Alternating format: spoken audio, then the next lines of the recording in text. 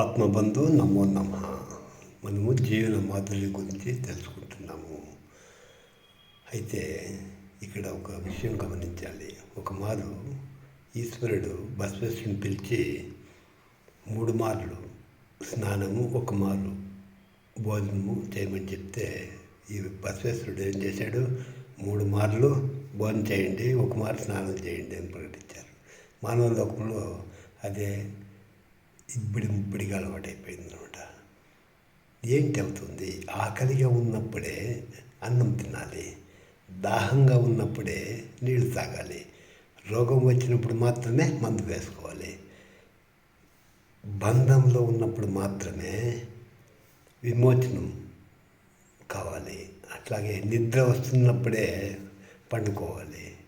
ఇలా ఏది అవసరమైనప్పుడు అది మాత్రమే చేయాలి. దానికి విరుద్ధంగా చేస్తే ఒకటికి చేసే ఇంకోటి చేసేకపోతే హెచ్చు తక్కువైపోతుంది, జీవితమే ఇదైపోతుంది. ప్రతి ఒక్కరు కూడా చూడండి, ఎప్పుడు ఆకలి, ఏది చూస్తే ఏది కనబడితే ఎప్పుడు కావాలంటే అప్పుడు తింటున్నారు. జొమాటో వచ్చింది, రాత్రి 11 గంటలు కావాలంటే తెప్పించుకొని తింటున్నాం అనమాట. నీళ్ళు తాగుతామా? నీళ్ళు వద్దు, ఏం తాగాలి? థమ్స్అప్ కావాలా. కాబట్టి ఇలా ఇష్టం వచ్చినప్పుడు నిద్ర వచ్చినప్పుడు పోతున్నామా? పగటిపూట నిద్రపోయేది, రాత్రిపూట పిశాచాలు లేచినట్లు లేచేది. ఎట్లా అవుతుంది? జీవితం బాగుంటుందా? జీవితం యొక్క అయితే ఎట్లుంటుంది?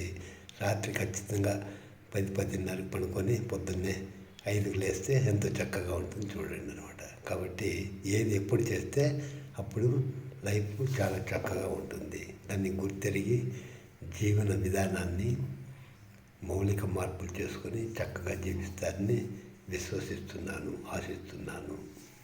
జై గురుదేవ్. శుభం భూయాత్.